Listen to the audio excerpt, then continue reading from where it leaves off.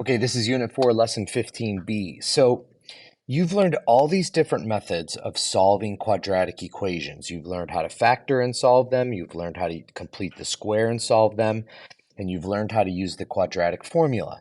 It would be nice if there was a way or a tool that would help you quickly decide which tool you should use when, or which tools are available to you.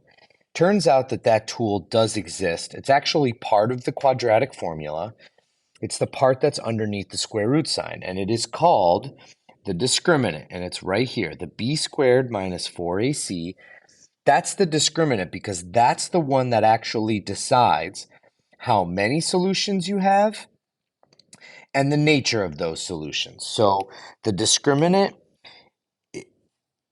is called the discriminant because it helps us discriminate between the number of solutions we have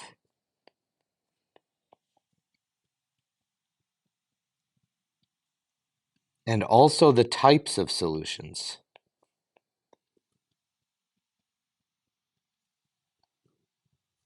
A quadratic equation has.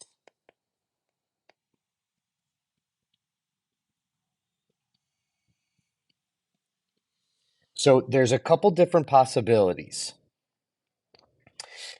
There are basically four possibilities for what the discriminant is. If you put your quadratic equation into standard form, ax squared plus bx plus c, and then you substitute into the discriminant, b squared minus 4ac, and you get a number. Here are the possibilities. That number could be 0. That number could be positive and be a perfect square number, such as 1, 4, 9, 16, etc.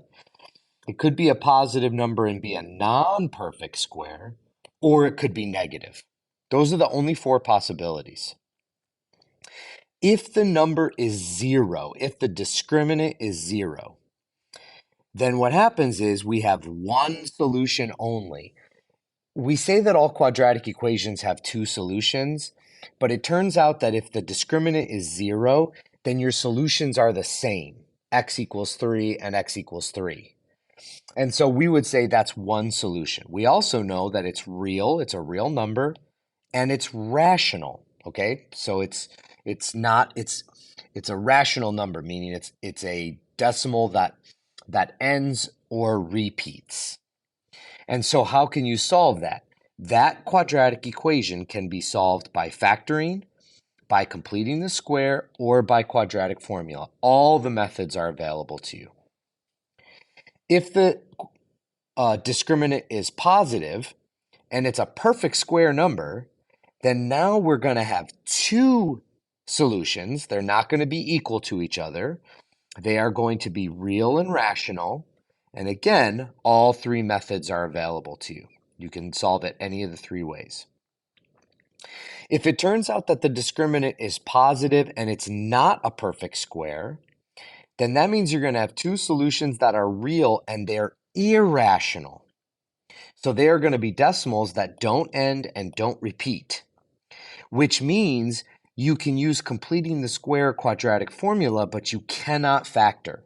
The quadratic cannot be factored. So you have only these two methods.